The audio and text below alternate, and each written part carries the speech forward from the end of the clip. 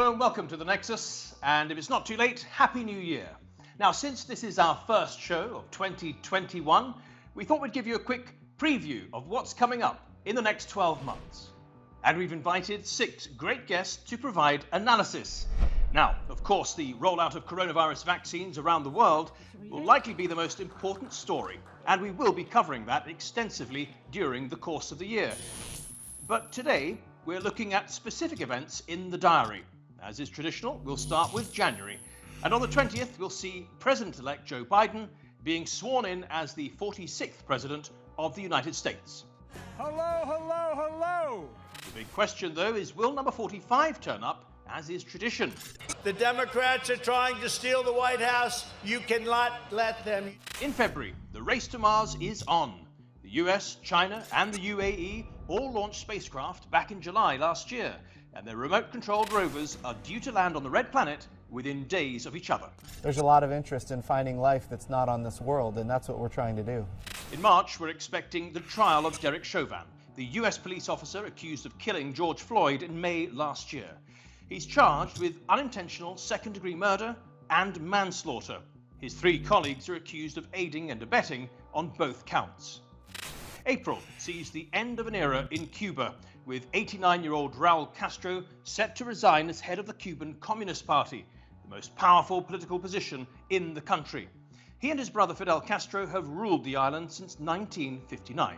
The personality which has captivated the Cuban people comes across vividly in these pictures. In May, we'll see the global elite gathering in Singapore for the World Economic Forum, which normally takes place in Davos in January, but was delayed by the pandemic. They'll be discussing their plan for a post-pandemic world, which they're ominously calling the Great Reset. Speaking of delays, the Euro 2020 football tournament kicks off in mid-June, a year later than scheduled. UEFA does plan to allow fans to attend matches in up to 12 countries. The bookies' favourites are England, Belgium, France, and the final will be held in London. The following month, July, we have the Tokyo Olympics, which, like the Euros, will be keeping the 2020 branding, despite being the first Summer Games ever to be delayed. Karate, skateboarding, and surfing will all be making their debut. It's the first time a lifestyle is accepted into the Olympics. Also in July, we have the trial in New York of Ghislaine Maxwell, the British socialite who's accused of sex trafficking for her ex-lover Jeffrey Epstein, the convicted billionaire sex offender who killed himself in suspicious circumstances in prison in 2019. If convicted, Maxwell could go down for 35 years. August and Zambia's presidential elections. Opposition leader Hakainde Hichilema will be trying for a 6th and final time, so he says, to win the presidency. He will go up against incumbent President Edgar Lungu. Now, last year, Zambia became the first country in Africa to default on its debt repayments during the pandemic. September the 11th will be the 20th anniversary of the terrorist attacks on the United States. Nearly 3,000 people were killed when terrorists hijacked 4 passenger planes, crashing them into the World Trade Center, the Pentagon, and one was brought down in a field in Pennsylvania. Later in September, another election, this time in Germany, where the Angela Merkel era is coming to an end after 16 years. The Chancellor, who served a record 4 terms in office, says she will not be seeking a 5th. I will not run as a candidate for the Chancellery, the Bundestag, or any other office. October, and the 10th anniversary of the killing of the Libyan leader Muammar Gaddafi. He was just one of several dictators deposed during the so-called Arab Spring. Libya descended into civil war since his death, but will attempt to end the violence with an election scheduled for December. November, and the UK will host COP26, the UN's Global Climate Change Conference, which will take place in Glasgow. Prime Minister Boris Johnson has personally invited America's President-elect Joe Biden, who has pledged to take a very different approach to his predecessor. I know more about wind than you do. It's extremely expensive, kills all the birds. And finally, by December the 31st, we can all look back to a full year of the UK being well and truly out of the European Union and with a new trade deal. But will it be a year of prosperity? As the old cliche goes, only time will tell. Well, there are clearly too many topics there to cover in one show, so we've picked 3 to discuss with our guests. We have one panel looking at Ghislaine Maxwell's upcoming trial, another looking at Brexit Britain, and one focusing on Joe Biden taking over from Donald Trump on January the 20th. Well, let's start with Biden, and we have two guests from Georgia on either side of the political aisle. We have Titus Nichols, who's a regular on this show. He's a trial lawyer and a Democrat, and Dr. Rich McCormick, who is an ER doctor and a Republican who ran for Congress last year. Gentlemen, we're going to get to Biden in just a moment. We can't ignore what's happening in your home state, Georgia. Titus, we'd like to start with you. It does appear, and the whole country's watching this result, it does appear that two Republican senators are going to be booted out and replaced with two Democrat senators. Just tell us why this is likely to happen and why this is important for the country. Well, first of all, thank you for having me back on the show. But as you said, here in Georgia, a very tremendous shift has occurred. You have Reverend Raphael Warnock, a fellow Morehouse brother, as well as John Ossoff, who have defeated the incumbent Republicans, Senator David Perdue and Kelly Loeffler, and they will be the new U.S. senators for the state of Georgia.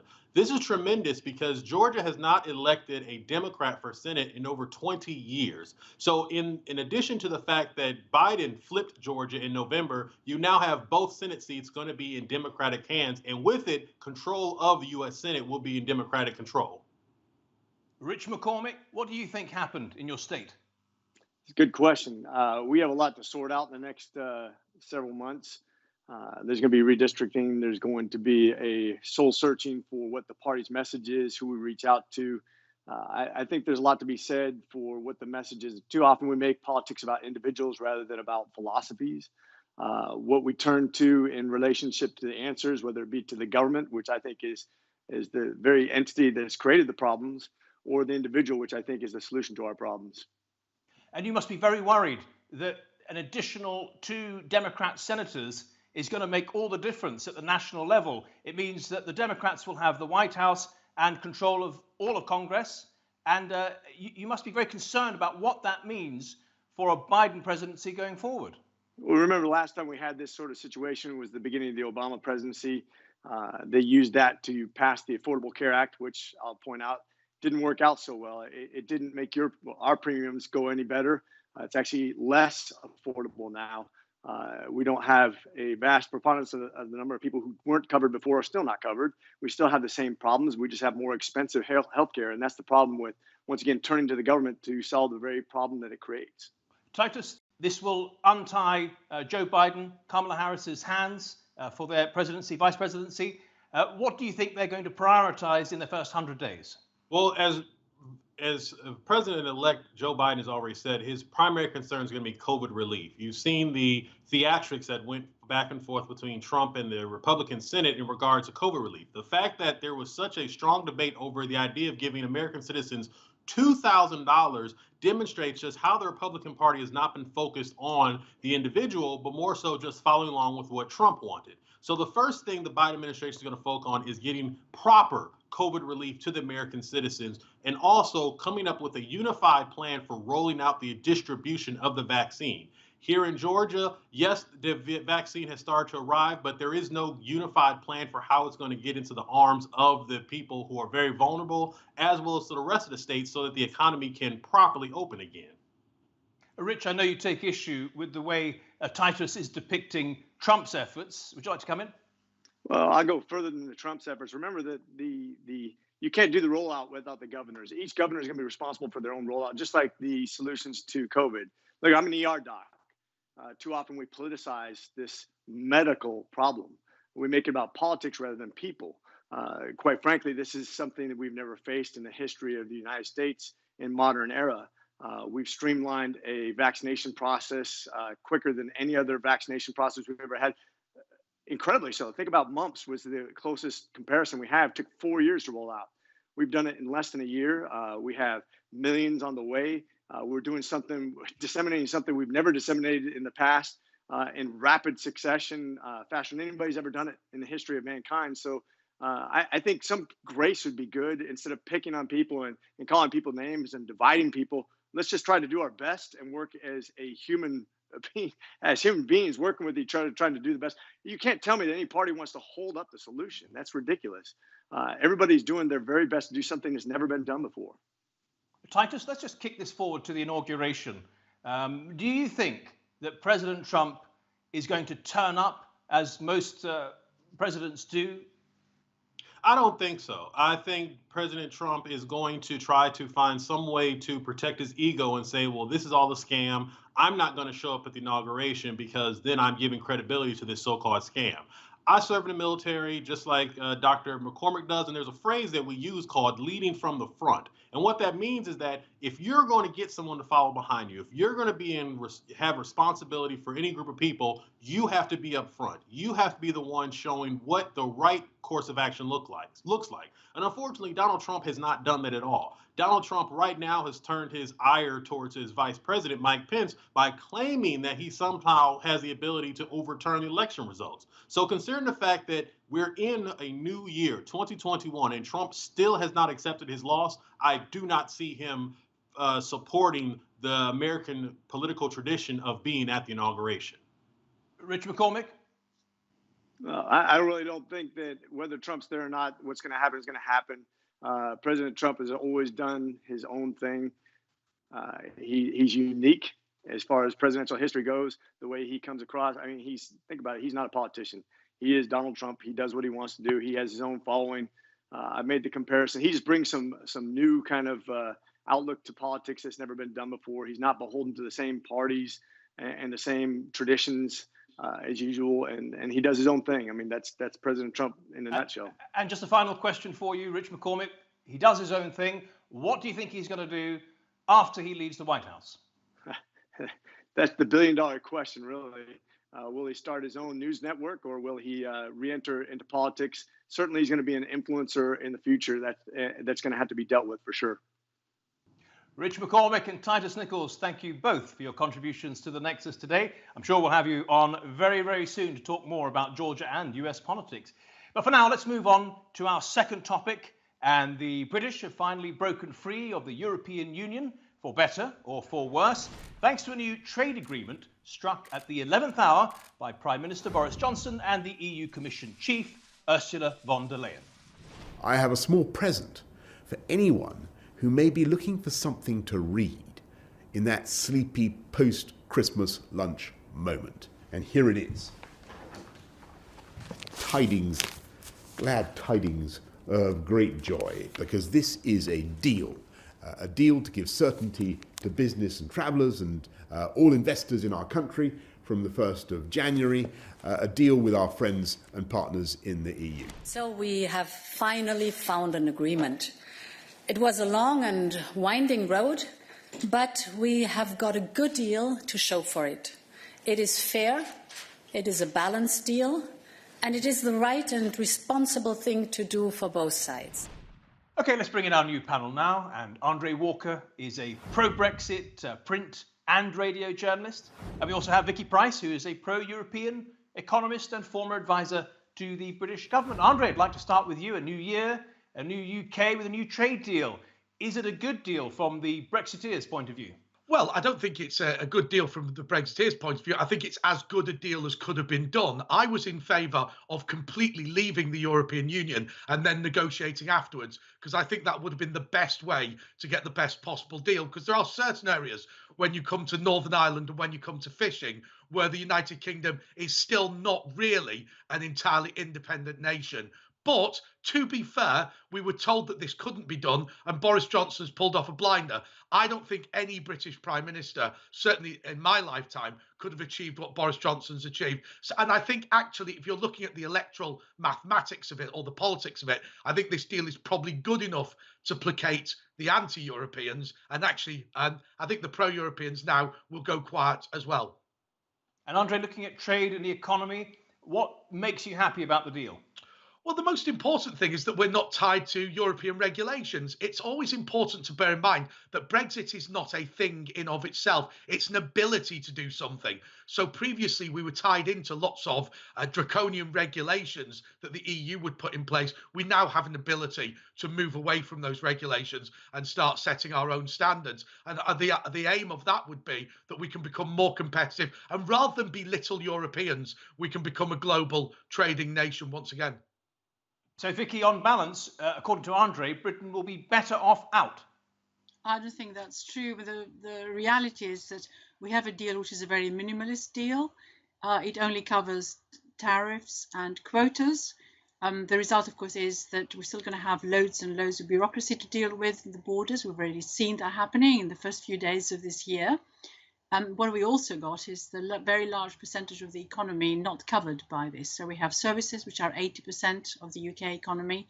There's very little in this deal that satisfies people who want to be selling across. Non-tariff barriers will still exist. The financial sector has no real regulatory base on which to carry on selling products across the EU. It's a huge market, now 450, 500 million people, and we're not going to be a proper part of it. So anything that adds to costs for business then also constrains the sort of type of trade that we could have with our biggest export market. So it's not good. Already the Brexit vote since 2016 has resulted in all calculations to growth being something like 3% less than it otherwise would be.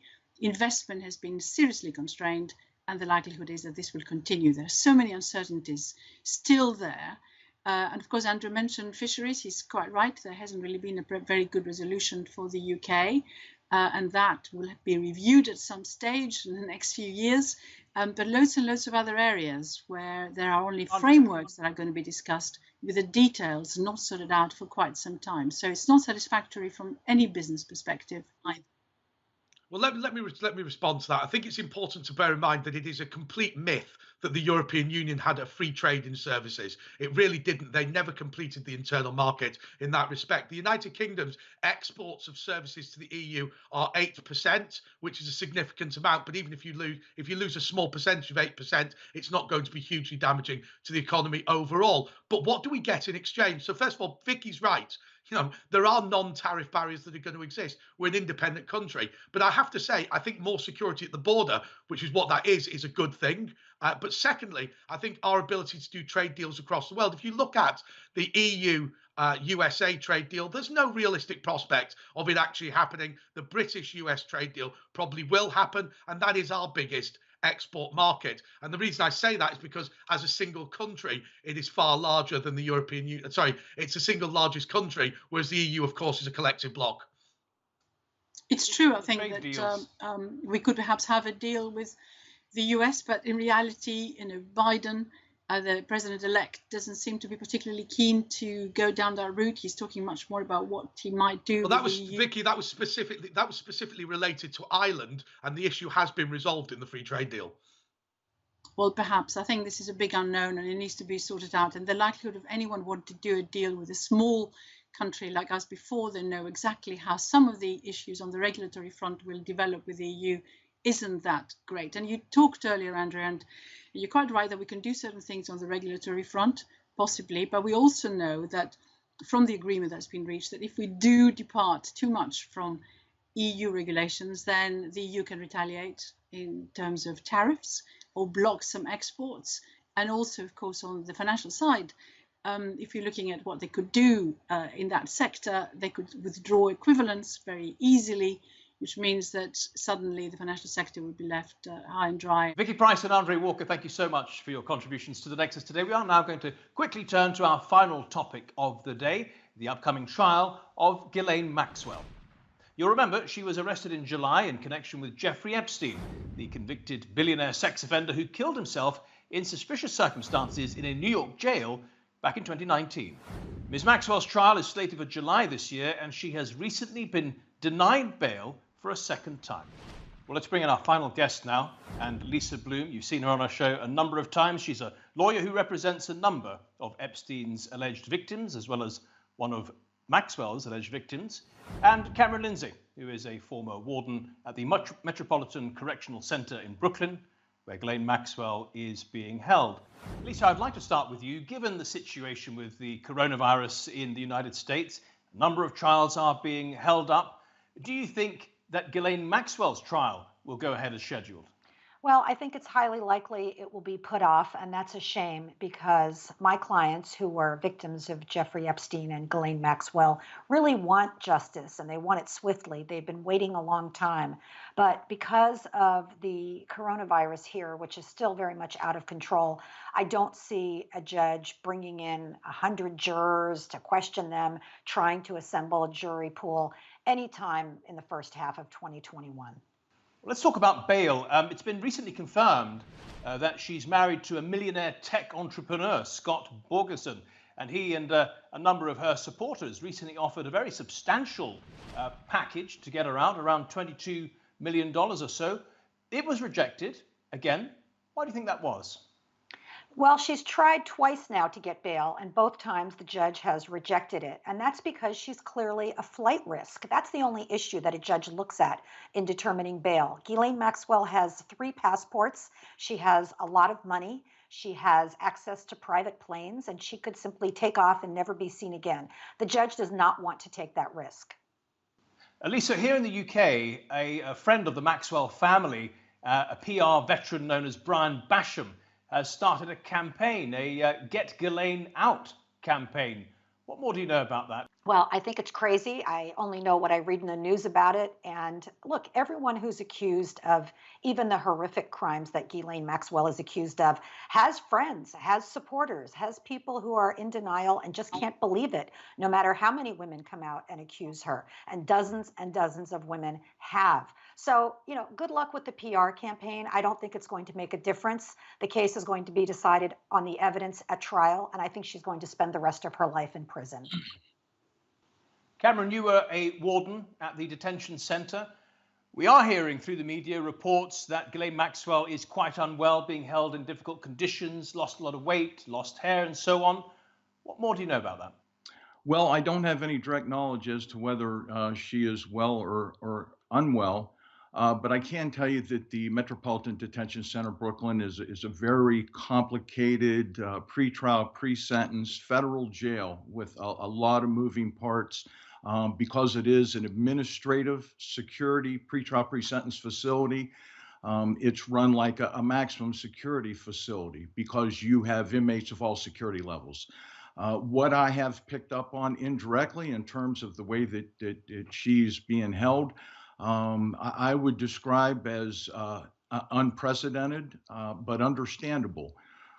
Given the fact that what Jeffrey Epstein took to the grave, given the fact that Ms. Maxwell may know all of that information and the people involved, and with respect to the victims, of course, the government has taken unprecedented steps to keep her alive and well. I would say that these measures are extraordinary, but these are extraordinary circumstances. So her supporters, such as they are, would argue that, you know, she's bearing the brunt of that mistake made at a different detention center, the mistake to allow Jeffrey Epstein enough freedom and lack of supervision to kill himself, that Ghislaine Maxwell is now being treated more harshly and kept under more severe scrutiny. Do you think that's likely? It's absolutely imperative that the government keep her alive. So I'm not really sure how it will shake out legally. I can see from a defense perspective, if I were representing her, and not that I'm an attorney, but I understand that they're going to be talking about the Eighth Amendment to our Constitution, our Bill of Rights, which is cruel and unusual punishment. So I understand that they'll take that angle. But if I were the warden of that facility, I would be keeping her in the exact same circumstances under which that she's being held now. And it sounds like that she's under some kind of direct and constant supervision, whether they're calling it a suicide watch or something else. It sounds like that she is under direct and constant supervision 24/7. Lisa, final question. Obviously, it was a huge blow to Epstein and Maxwell's alleged victims when Jeffrey Epstein essentially escaped justice by killing himself in very suspicious circumstances. Do you have faith that on this occasion, Ghislaine Maxwell will make it to trial, given there will be a delay because of COVID?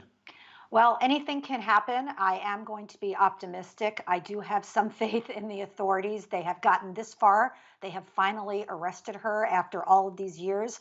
But I'll tell you, my clients are cynical because it has taken a long time. Women were complaining about Jeffrey Epstein and Ghislaine Maxwell back to the 1990s. Jeffrey Epstein escaped justice not only recently by killing himself, but in 2008 by getting a sweetheart deal. And Ghislaine has lived a very nice life all up until this time. But I think times are changing, and that's because of people like my brave clients who have finally stood up and said, enough is enough. The Me Too movement has been very powerful, and we have prosecutors and law enforcement who are now on our side. So I am hopeful that there will be justice in this case. Lisa Bloom and Cameron Lindsay, thank you both for your contributions to the Nexus.